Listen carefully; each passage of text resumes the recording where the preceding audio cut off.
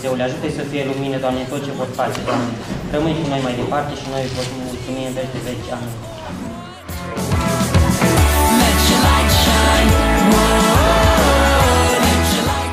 Ok, declar runda 1 deschisă. Întrebare. Întrebarea numărul 1 pentru 10 puncte. Cum și arătă? Verde 3, întrerupere. Iisus, puterea asupra naturii, potolind apele de pe Marea Galilei. Răspuns corect pentru 10 puncte. Întrebare. Întrebarea numărul 2 pentru 30 de puncte. Întrebare citată. Cum ar trebui să ne rugăm?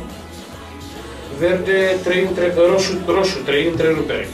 Pentru vorbele și gândurile noastre, Psalm 19 cu 14. Primește cu binevoință cuvintele gurii mele și cugetele inimii mele, Doamne, stânca mea și izbăvitorul meu. Răspuns corect pentru 30 de puncte.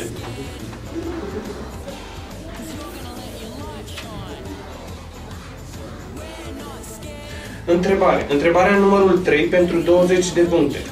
Ce este întrerupere verde 2? Răscumpărare.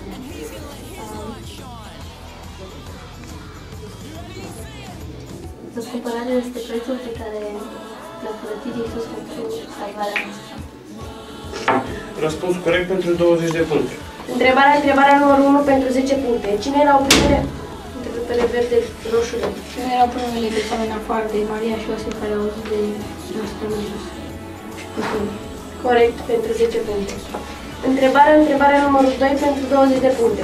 Ce rol are întrerupere roșu 3? Ce rol are Duhul Sfânt în mântuirea noastră? Duhul Sfânt condamnă păcatul și face din păcătosul care se păcăiește o nouă persoană. Corect pentru 20 de puncte. Întrebarea numărul 3 pentru 30 de puncte. Ce spune întrerupere verde 3? Ce spune Biblia că avem de făcut atunci când alți oameni fac presiune asupra noastră ca să nu ascultăm de Dumnezeu? Nu vă luați după ceilalți să faceți ce este rău. Corect pentru 30 de puncte. Întrebarea numărul 8 pentru 10 puncte. Cine a tălmăcit întrerupere verde 3? Am vis foarte important pentru cele de bucătăție. Răspuns corect. Pentru 10 puncte. Felicitări. Întrebare. Întrebarea numărul 5 pentru 10 puncte. Pe cine glorifică întrerupere verde 2? Cine glorifică pe Hristos pe Iisus?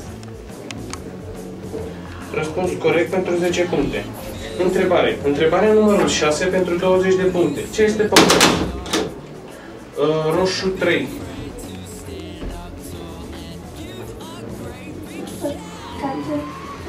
Este atunci când oamenii refuză să facă voia lui Dumnezeu, arătate de cuvântul și Duhul Său. Răspuns corect pentru 20 de puncte. Întrebarea numărul 4 pentru 20 de puncte. Care sunt dovezile întrerupere roșu 3?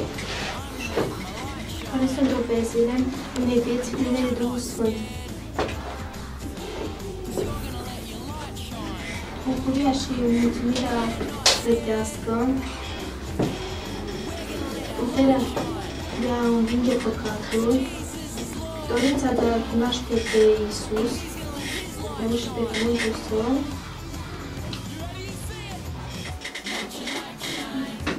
puterea de a mărturisi. Corect pentru 20 de puncte. Întrebarea numărul 10 pentru 20 de puncte. Ce este biserica? Întrerup roșu 2. Ce este biserica? Biserica este un grup de oameni deschide care a fost oameni de bun, care cred și slăvesc de Dumnezeu. Răspuns corect pentru 20 de puncte. Întrebarea numărul 11 pentru 20 de puncte. Când a botezat Dumnezeu întrerupt roșu 2? Când a botezat Dumnezeu pentru prima dată pe oameni, plângea și leșinii. Răspuns corect pentru 20 de puncte.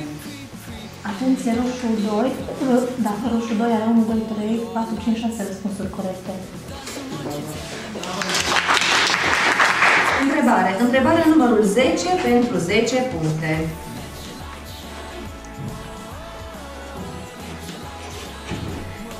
fost înghițit de un punte, întrerupere, verde 3. Cine a fost înghițit în pește atunci când a vrut să se ascunde de Dumnezeu. Corect pentru 10 puncte. Întrebare. Întrebarea numărul 11 pentru 10 puncte. Ce s-a întâmplat cu Daniel? Întrerupere, roșu 3. Ce s-a întâmplat cu Daniel atunci când a continuat să se roage în loc să se roage lui Dumnezeu în loc să se a fost aruncat în groapa cu Dumnezeu. Corect pentru 10 puncte. Întrebare. Întrebarea numărul 12 pentru 10 puncte. De ce au fost Șadrac, Meșac și întrerupere? Verde 3. Ceea ce Dumnezeu a aruncat într-un cuptor încins, pentru că au îngăduit să se închidă de Corect pentru 10 puncte. Întrebare. Întrebarea numărul 11 pentru 20 de puncte. Este un păcat întrerupere roșu 2. Înainte Domnului să fie ispitit. Nu, este un păcat că nu rezistăm ispitit. Răspuns corect pentru 20 de puncte. Felicitări! Întrebare. Întrebarea numărul 12 pentru 10 puncte. Cum a salvat Estera întrerupere roșu 3? Cum a salvat Estera viața poporului evreu? Cerându-l bărbatului ei, regele Persei să protejeze. Răspuns corect pentru 10 puncte. Felicitări! Este afară. Hai să o aplaudăm pe ea. Numărul 13 pentru 10 puncte. Cine era numit prorocul care plânge? Verde 3. Corect pentru 10 puncte. Întrebare. Întrebarea numărul 19 pentru 20 de puncte. Ce este harul? Roșu 2. Harul este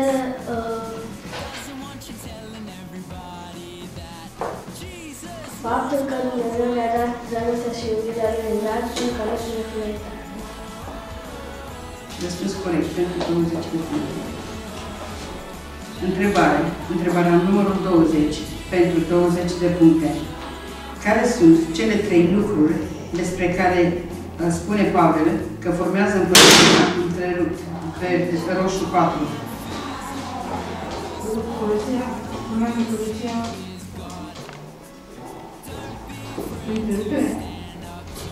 Întrerupt. Împărăția Domnului, pacea, bucuria și fericirea.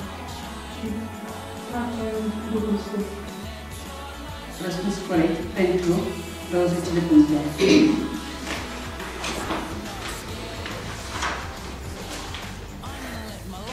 Întrebare. Substituire. Pentru aia mă gândesc numai din ce.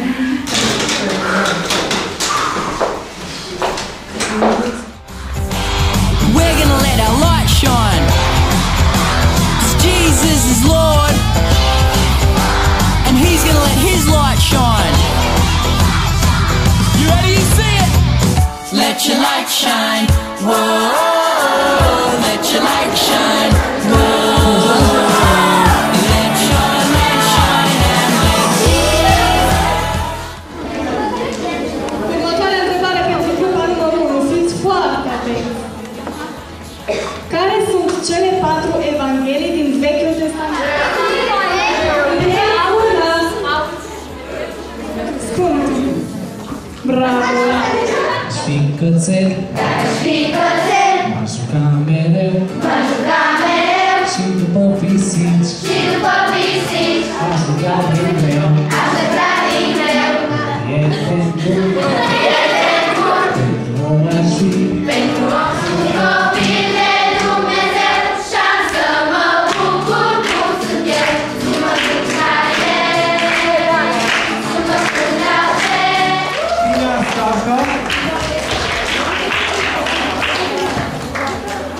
Daniel Papa.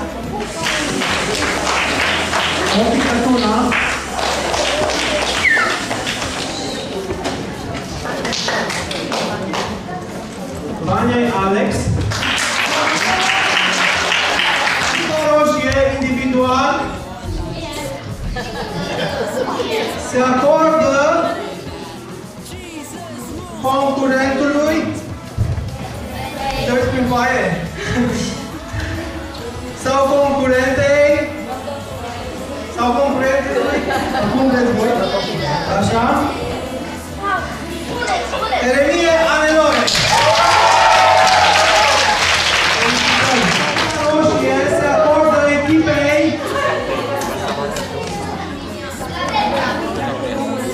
mai ghiciți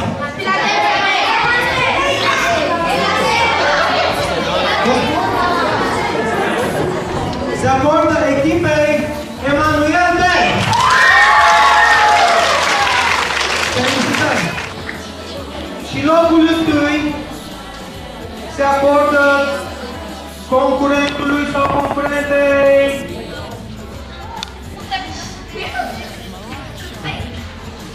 Spun? Da! Nu! Da! Nu știu cum se citește.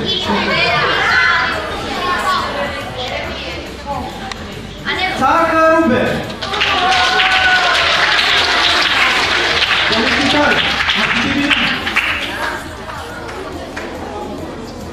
Și locul întâi, ultima diplomă, de la Grupa Galbenă se acordă echipei Emanuel de ce? Echipei ce?